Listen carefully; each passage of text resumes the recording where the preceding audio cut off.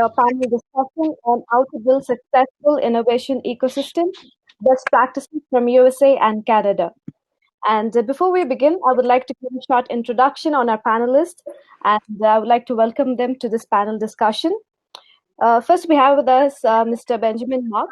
He's a partner of Ridout and Maybe LLP firm in Toronto. His practice is principally directed towards assisting in patent drafting and prosecution, with an emphasis on electrical, mechanical, biomedical, and computer-related technology. Mr. Mark is recognized in the Canadian Legal Expert Directory as a leading lawyer in 2020 and a recipient of the 2019 Expert Rising Stars, Leading Lawyers Under 40 Award. He is a barrister and a solicitor for the province of Ontario, and also a registered patent agent for Canada and US, and a registered trademark agent for Canada. Welcome today, Mr. Benjamin. Yeah. Next, we have with us Dr. Pavan Kumar. He's the partner for F50 Elevate and the co-founder for 3PM Ventures. He comes with over 20 plus years of experience in startups and enterprises across India, Middle East, and USA.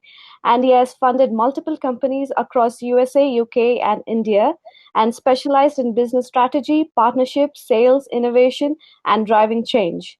He also serves as an advisory in the US for 7th AI, newcanvas.com, for sentientlink.com, rectifydata.com, and in India for cassiniplm.com, and in Qatar for insurancesauk.qa. So welcome, sir. Thank you. Thank you, Ms. Ma.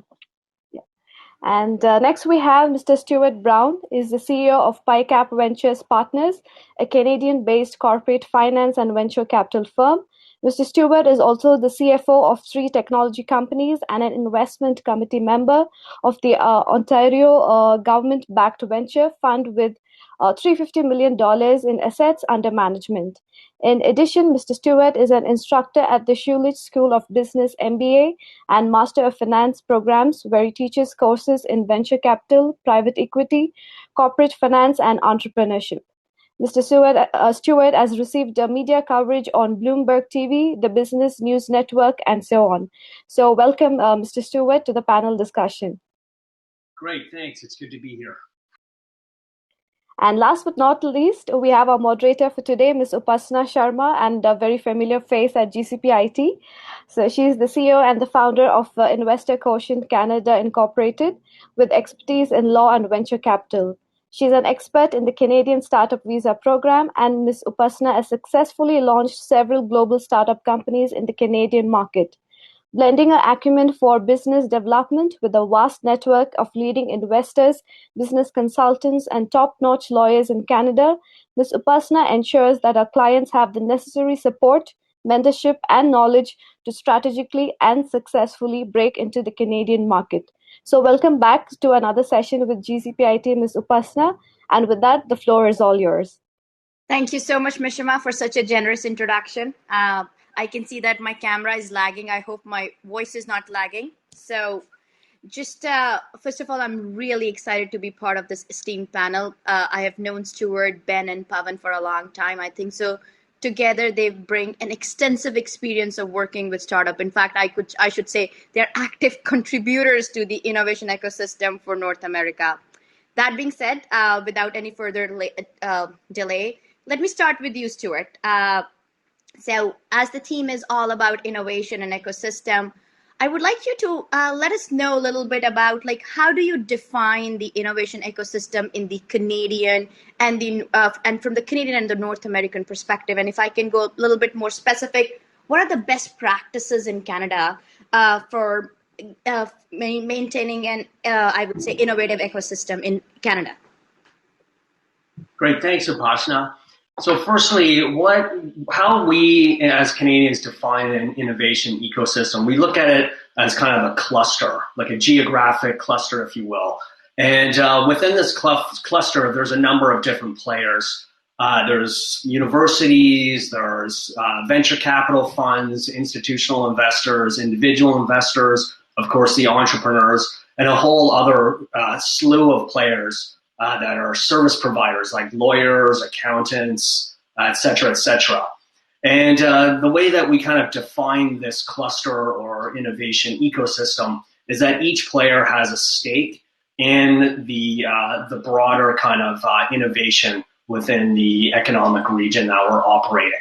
So we all benefit from entrepreneurs and whomever creating and innovating and inventing new things. And if I could speak to the best practices, that basically touches on the motivations and the incentives. Or if you're located in a country where they don't have a lot of incentives, like maybe there's poor intellectual property law, there's not enough government funding or other means that are accessible for people to innovate. If the education is not at a sufficient level so they know or have the ability to compete on the global stage, then that's a region that has not very good practices. So we like to think that Canada has a very good, definitely best practices for creating innovation. There's a ton of government funding, incentives. There's universities with top-ranking instructors there. Not speaking about myself and Schulich, although we did rank #1 in the Economist magazine. But anyway, so that's basically it. So as long as all of these different stakeholders are motivated and they have proper incentives to create innovation, if an individual invents something and he or she knows that they're able to protect that through patents or some other type of legal practices, then they have the proper incentives they need to continuously grow their innovation and build off of this ecosystem. No, thank you, Stuart. That was very well articulated, like how the plethora of service providers with vested interest and along with a strong patent and strong education system, how it is boosting the entire, I would say, innovation ecosystem in North America. Ben, because as Stuart just mentioned a little bit about how patents play a part, do you want to add a little bit about the best practices in terms of patents or intellectual property, like your innovation would be protected? Do you want to just touch upon that a bit for us? Sure thing. Thank you, Upasana. And a quick add-on to Stuart's definition. I think the regional and the local aspect is actually is important because if you look at a city like Toronto, we have our Bay Street, which is similar to the Wall Street in New York. And actually, a stone's throw away, you would have all the headquarters of all the 5 major banks in Canada, and you're also a stone throws away from major universities and hospitals. So it's actually important that once you have the local network, and for example, if you have a fintech company of some sort, there are government incubators that are whose sole purpose is to get you into either the big 5 banks or the 5 major hospitals that are all down the same street. So I think that's a geographical advantage of having the government set up in a regional or a local way. Okay, so Upasana, to answer your question regarding intellectual property. So just to step back a bit, and what is intellectual property? You may have heard it. You know there are intangible assets in your invention, and you know that there is a lot of buzz around intellectual property. At its core, IP is primarily patents, which is what you've created, but there are other forms of IP which all need to be considered in terms of an overall IP strategy. So there are patents, which is what you've invented, but there's other items such as trademarks, copyright, and trade secrets.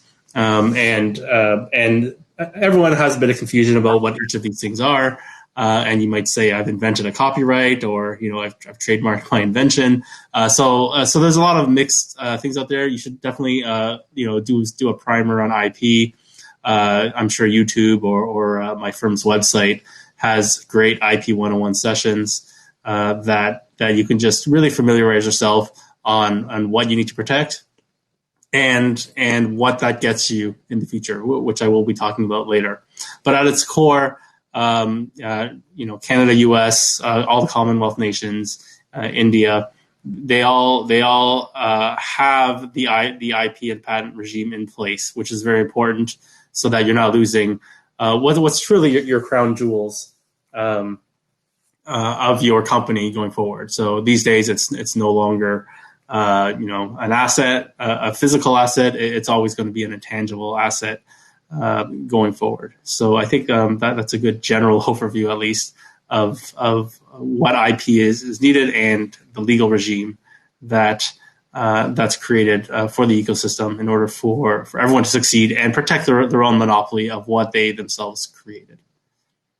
Now, thank you, Ben, so much as Stuart, and I think it's a very you gave us the entire overview of what the IP strategy or what should be done to make sure that your innovation is protected. So that's one of the ways how innovative ecosystem would thrive when people know that what they are working on, whatever innovation they have, it is protected. People just can't copy and start doing the same thing.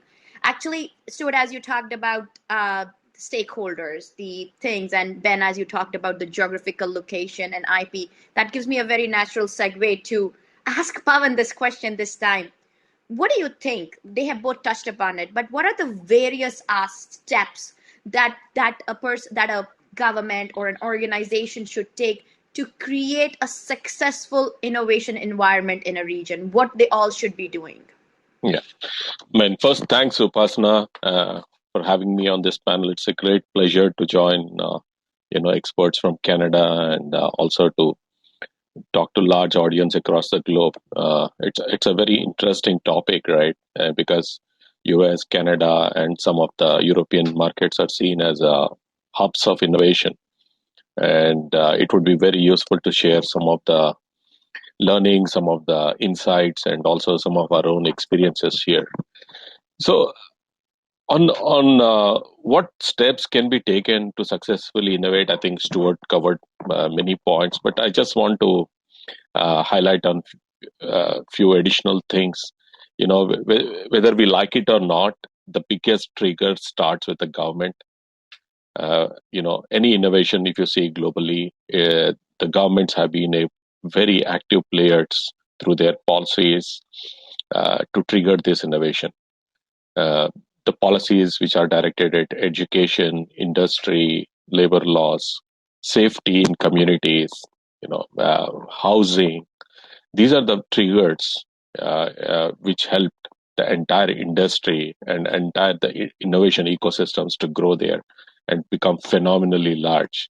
And after a certain while, when government initiates these triggers, creates these opportunities, that is when industry comes in and takes over, and then whole sort of ecosystem emerges out of. If you go back into the history, the entire San Francisco story began with Stanford University. Stanford University is the one which created opportunities for innovation by giving, whether it is plays or, encouraging students, bringing in industry. Many of the most successful organizations, you go back to beginning somewhere, the story ties up into the Stanford University, whether it is students, the community, or the companies which came up there. Some of the largest pharma companies and, Sun Microsystems and all those companies originated from Stanford University. And these are the triggers which happened either because governments consciously wanted these innovations to emerge, or some large foundations, right? Whether it is Rockefeller Foundation, Stanford University is also backed by a foundation. All these foundations did some conscious steps to build these innovations. I just want to touch on my own PhD study back in India. I did a study on why did IT emerge in 4 states, Karnataka, Maharashtra, Andhra Pradesh, and Tamil Nadu. These are the 4 top states which generate huge GDP, which is coming from IT industry. And if you look into the history, how this whole thing triggered, in 4 decades, India is able to innovate and also bring huge GDP contribution from ICT sector, right? Global 80% of the services happen out of India, and there's so much of IT talent which comes from India and which is, globally serving large organizations. The whole trigger started with government policies, right? Government gave concessions, government created infrastructure, private education, allowing the private education to flourish in technical fields, industrial policies. All these triggered the entire innovation ecosystem. For example, power was a huge challenge, right? 24/7 concessional power in certain pockets and certain geographies in these states triggered the innovation, right? Private engineering colleges exempted from labor laws, single window clearances, dedicated departments to cater to these ICT industry. These are the triggers that really create an environment. And don't forget, every direct job in IT industry creates 10 indirect jobs. Whether it is through transportation, support services, cleaning, construction, HR, all these ancillary industries emerge once you have a trigger into the core industry. So the success begins with government, and that is where the industry sees a huge opportunity through talent, friendly policies, and access to markets, and then they come into leverage on that. Sure. Thank you, Pavan. Actually, you made it absolutely clear. It's the government initiatives that makes the change and brings this changes. We have seen that happening in the US in late 70s, early 80s, when technology brought a huge lot of change. And then we saw that trending in India. And as you put, how government has changed. In fact, you know what, that it's a very natural connection to what I wanted to touch Stuart next is we know that the policies are changing. And as you know, and especially when it's technology, the world is one place. And as you said, people are all over the world, even in North America. The huge amount of experienced workforce or skilled workforce are basically immigrants from all over the world who are coming and making these tech industries work. So in addition to what you said, Pavan, about good education, good housing, law and order. I think so for North America, one of the very key factors for a innovative ecosystem is immigration.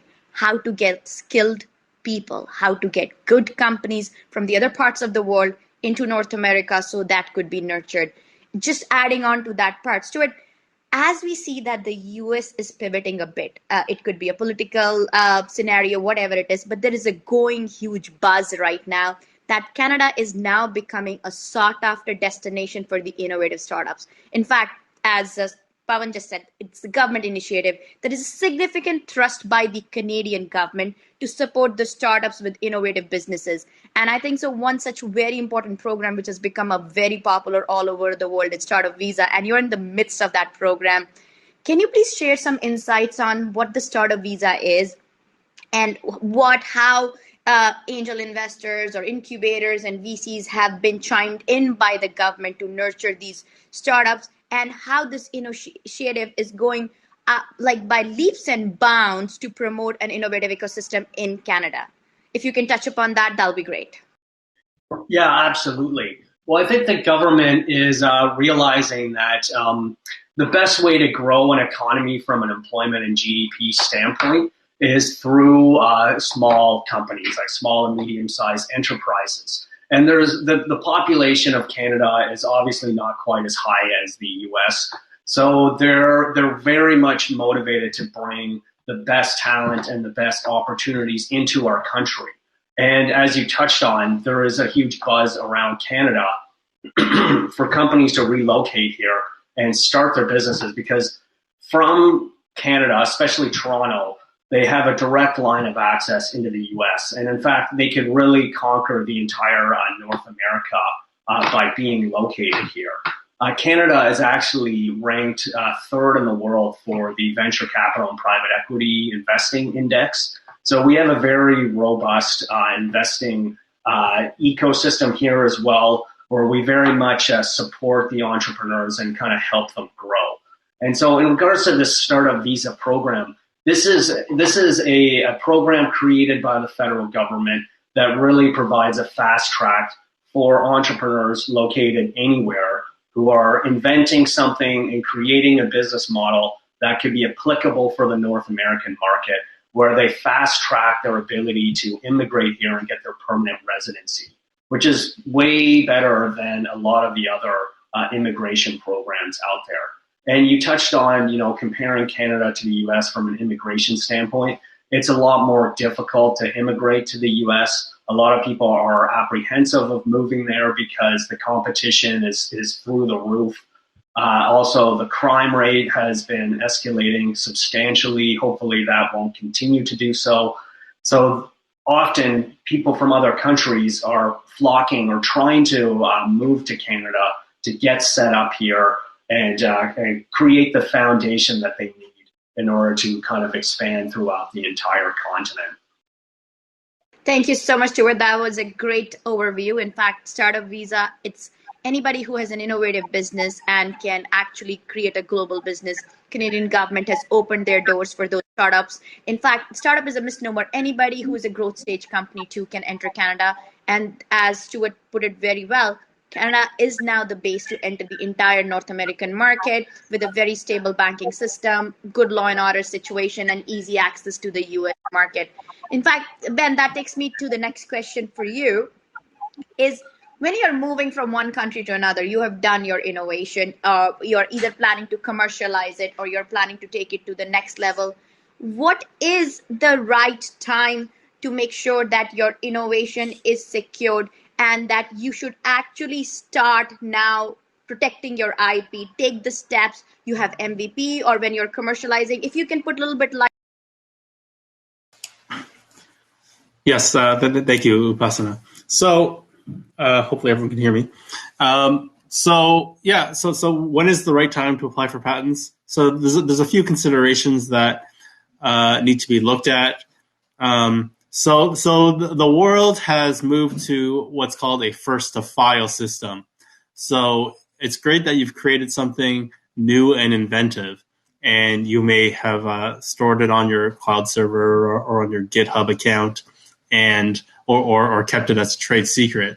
But really, the patent system promotes disclosure by way of the patent, and the first person who files it gets that priority. So that's actually key. So when should you do it? MVP, it is a good time to look at it. Definitely don't wait too late. Just before commercialization. Legally, when you do come up with something, that's what we call conception. So you've conceived of the invention, and once you've the next stage, which we call reduction to practice, is you've reduced it to some sort of practice. That could be your technical description, your code, your mapping out of the systems, your system diagrams or your algorithms. And once you've actually come up with that reduction to practice, that's when you should start thinking about getting it into the patent office, because the patent office, again, will get you your place in line, and then you're now the first in line to stop others. So being first to file is important. If you're sort of ready but not completely ready, there are some preliminary steps that some inventors like to take, which is called a U.S. provisional patent application, which kind of gets your foot in the door. And soon after that, we would recommend filing a formal patent application. So in terms of the Startup Visa program, again, the whole point of the Startup Visa is to promote innovation into the country granting the immigration status. So in our case, Canada, they do look to say, what is the actual innovation happening here? And is this company going to be serious to take it to the next level?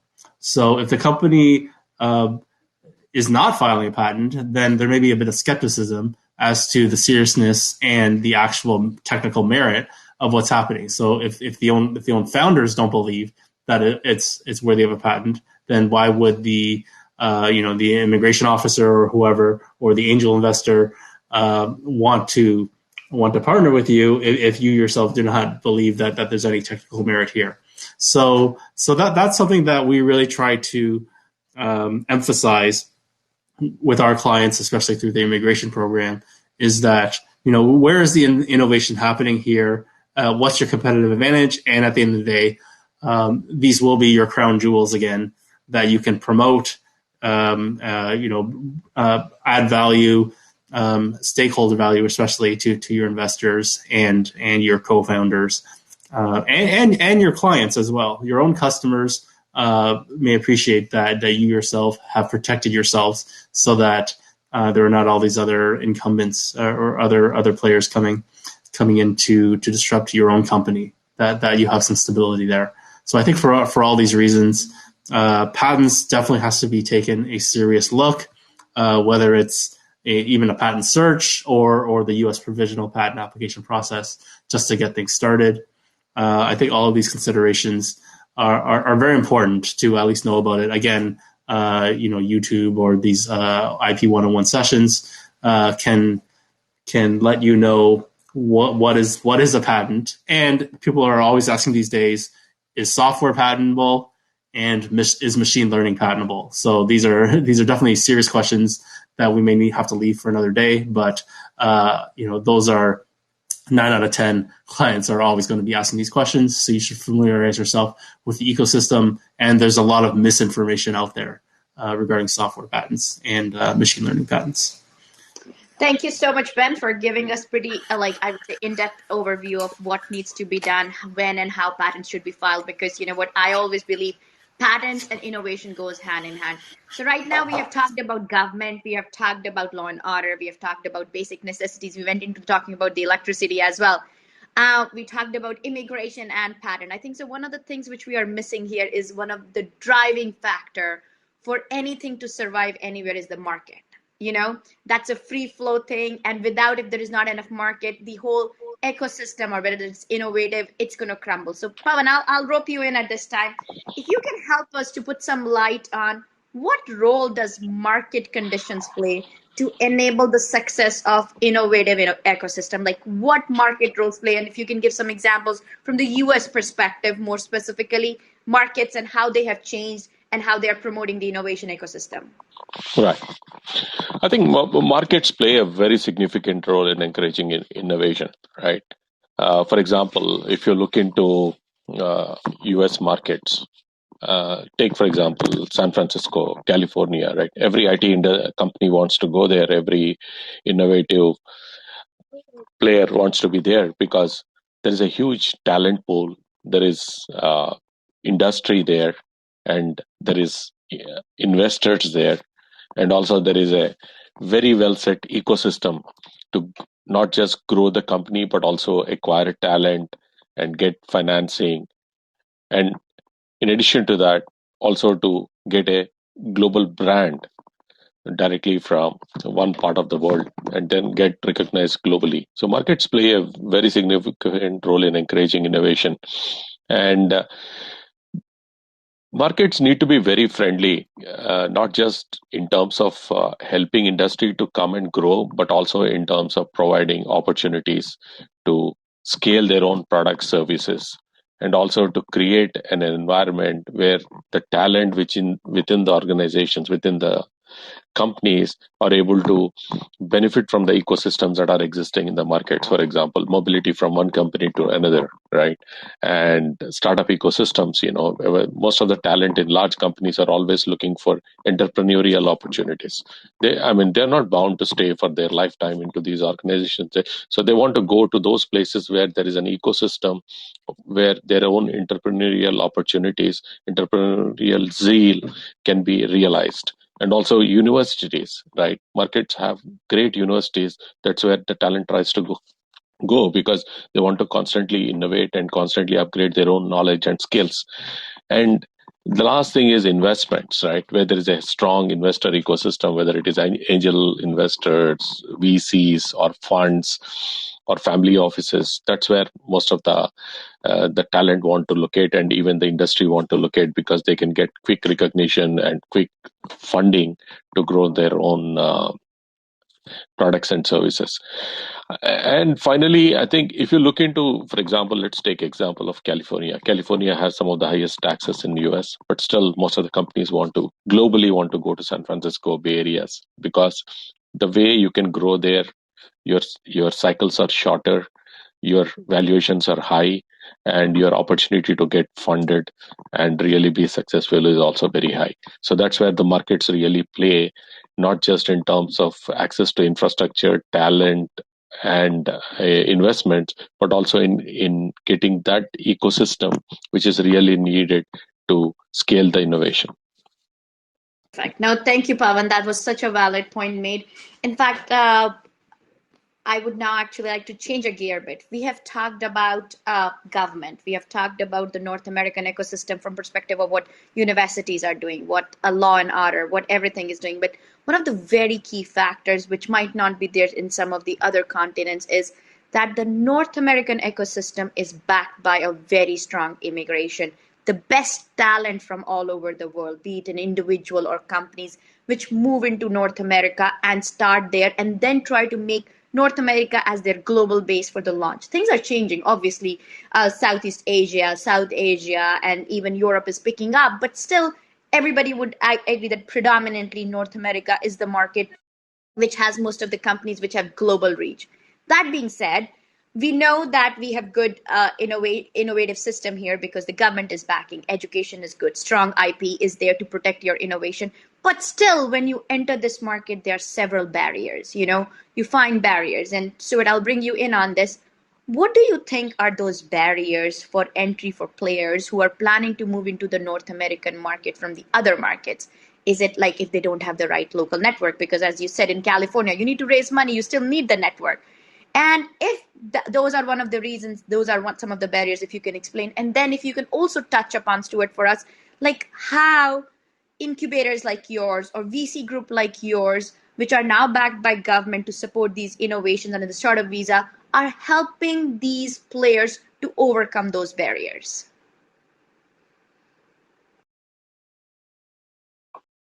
Yeah, definitely. Okay, so yeah, the barriers are significant if you want to try to take over the market share here. You're not physically here. You don't really have a good connection or a network.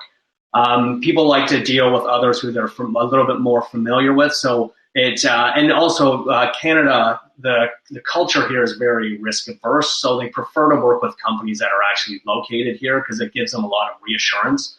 And our incubator at PICAP, we, as Upasana, you mentioned, we are actually a designated entity for the startup visa program. So we are able to actually bring companies in from overseas into Canada and facilitate their entire immigration process. So what we do to kind of overcome these barriers is we start by really taking a strong analysis approach of every company that's in our incubator, and we perform a valuation on them. And in performing this valuation, we're able to see where the value gaps are.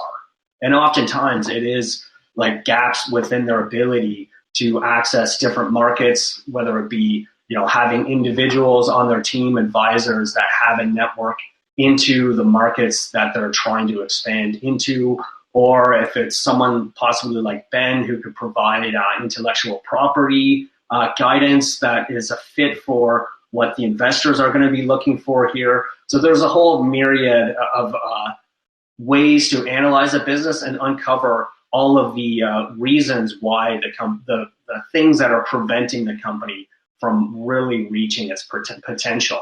So we perform this valuation, we look at the valuation gaps and the value loss, and then that actually creates this very detailed and structured blueprint for the company to move forward. And then so we take take all of the opportunities for improvement, map it out on a value growth curve that really highlights each milestone that the company needs to achieve to continuously increase their shareholder value, which is the raison d'etre of every single corporation, is to continuously increase shareholder value. And that's exactly what investors want to see. So after we map out each milestone that the company has to achieve, then we assign the resources required for each one of those milestones, whether it be external financing or personnel or achievements in the R&D initiatives. And then after we create that whole kind of value growth curve, all of the milestones that are required, the rest of our incubation program is just laser focused on achieving one milestone after another. And by the time they leave our incubator, not only are they permanent residents of Canada, but the foundation has been perfectly laid for the Canadian and the US market.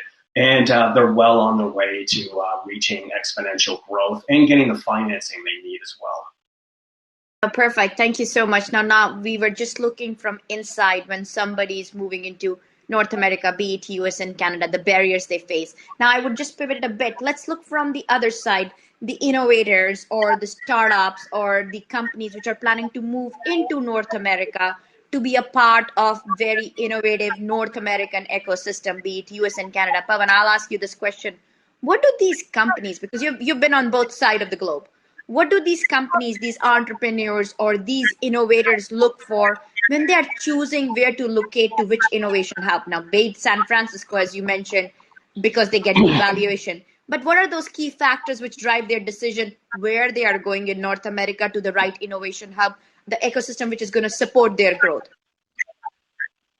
Right. It's interesting, right? Today we talk about innovation. I think we all need to acknowledge and accept innovation is global now, right? Whatever advantage USA or Canada and all these advanced economies had, it is slowly getting spread across the world, right? So technology innovation may continue to be the hub in US, but if you look into some of the consumer innovations, right? For example, this gentleman is putting a question from Kenya, Gilbert. He's talking about how to partner and all. See, innovation is widespread today, right? For example, mobile money, which is not even heard in North America, is hugely successful in Kenya and Africa, right? And you go to telecom revolution, which happened in Bangladesh, right? And similarly, there's a huge consumer innovations happening in India, China, and all. So, and there is a huge retail innovation happening in Europe. So every pockets of innovation have their own flavor, have their own strength, and have their own importance. It all depends on what is your product, what are your services, and how well you are able to align your own innovation into these markets. If you're a deep tech company coming into US, obviously there's a huge opportunity for deep tech, both in terms of market access and also in terms of protecting your IP and all, which Ben has spoken in detail. So it depends what service you have, what product you have, and why are you going into those innovation hubs? Are you going into those innovation hubs because you have a talent, or you're going there because there's an appetite for the product? There's a huge market for the product. For example, you take all the global giants, whether it is Apple, Google, Microsoft, everybody is in India because there's a huge talent there, right? They are able to take all their IP to those geographies and still innovate continuously. Similarly, if there is any deep tech company, everyone wants to come into US. Healthcare company wants to come into US because there's a huge opportunity to scale and grow quickly and attract all the investments. So it all, and again, let us not ignore that innovation is hoarded or sort of held in these advanced economies. It is not true. Innovation can be in every geography. It can be in every part of the world. It's all about what you have to offer for the market and what is the appetite for the market to absorb those innovations, and how much of financial strength you have to sustain yourself before market really start accepting your innovation or absorbing your innovations. It's all about making the right choices. But again, when you make these choices, be mindful. Don't think that any startup with deep tech can be successful in US. It's not easy to be successful in US because markets have certain culture, certain policies, certain procedures, and certain expectations in terms of quality, standards, and all. Unless you fit into those parameters, it's not easy to be successful. So you really need to weigh in all these things when you are moving into these innovation hubs. How good are a fit your product or service? What is the potential for your services and products, and how well you can align with the local ecosystems? Those things are very, very important. And as Gilbert from Kenya says, right, it is very important to see how well you can align between the global innovation and also how relevant it is for local markets to be successful and to make it big.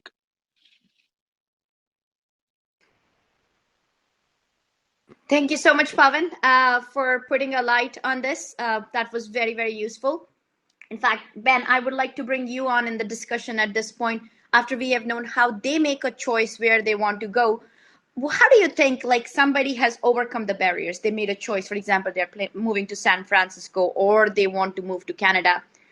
what do you think that local partnerships which they develop, whichever ecosystem they enter, that local partnerships, those networks and those regional mindset which are needed, how they help them to growth, they scale their growth in the innovation system where they are in? How does it help and how it goes forth from there? If you can put a light on these networks, how they can support you and why it is essential to get in touch with those networks and those regional connections to help you grow. Yes, thank you, Upasana. So I don't want to rehash what everyone else has said. So I'm gonna bring some new points to this question. So firstly, Canada, again, regional. We have these things called actually regional innovation centers. They're called RICs, and Canada has identified quite a number of them, and they are per region, usually centered around something, whether it's a little incubator hub or a known angel group or a known academic institution. So these RICs are a way that Canada has tried to promote it. A lot of these things are, although it's started by the government, all of these things are promoted by the private sector. We'd already talked about talent and how we really need the private sector to jump in and on their own self-interest will promote the region. So I think the best example in Canada, the most recent one, is the exit of Shopify, which hopefully has expanded throughout the world. So Shopify did their successful exit, and what happens there is then the founders and the initial employees, and sometimes not even the senior executives, like it might be the mid-level employees, they're all part of the exit. And what that does is it creates new private sector money, whether it's VC or angel, and talent that then goes on to create either new companies or new investments. So I think the picking the place, it helps that that there was a successful exit in that city, and the original money may have came from Silicon Valley and other public funds. But at the end of the day, now there's this new wave of private money, smaller companies that are innovating with again, smart talent, and now the funds, so therefore the means to make it happen.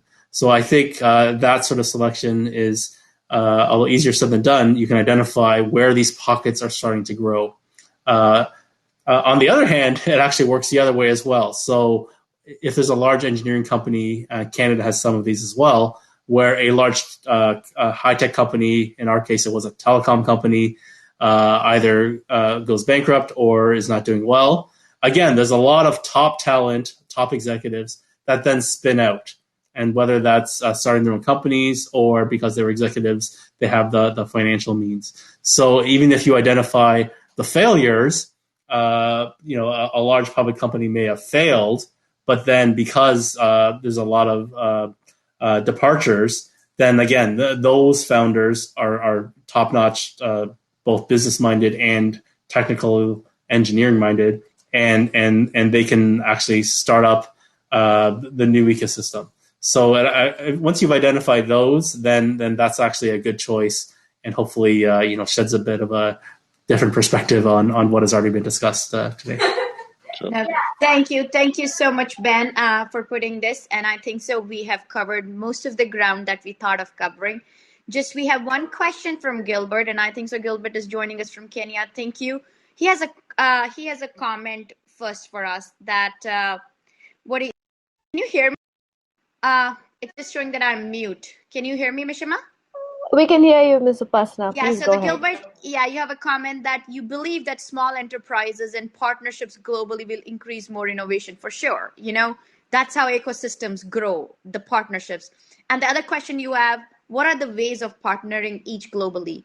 So as Stuart started with that, there are several stakeholders, be it lawyers, incubators, VCs, and government initiative. All these initiatives, if you Google them up, the world has become so small with that. They have their own programs. They have their own criteria in North America, how you can apply to them and how you can partner. So the first step is start with research, what you want to do. We are here. GCPID provides you an immense network of individuals all over the world who are actually active partners in making any incubation or any ecosystem, innovative ecosystem thrive in any part of the world. Start with your research with GCPID and then go to other resources where you can find the information. All these stakeholders have their own criteria. And right now in the world we are in, where everybody is online, these partnerships have become even more easy and accessible. On this note, thank you so much, Stuart. Thank you so much, Ben. And thank you so much, Pavan, for giving us your time today. It's enlightening discussion. So much valuable information has been shared on this panel. As I said, I was really glad and I'm really elated of what all I have learned today. And again, thank you, Mishima, and all the team of GCPIT, along with Santosh and Aparna, for putting together these amazing summits and panel where we all get to share our knowledge base and make world as one whole community where incubation can thrive, grow, and we all grow as human beings. Thank you so much. Thank you. Thank you so much, Ms. Upasana. And again, on behalf of GCPIT, I extend thanks to Mr. Stewart, Dr. Pavan, Mr. Benjamin, and Ms. Upasana for the great moderation. Thank you for joining us and looking forward to seeing you at further sessions.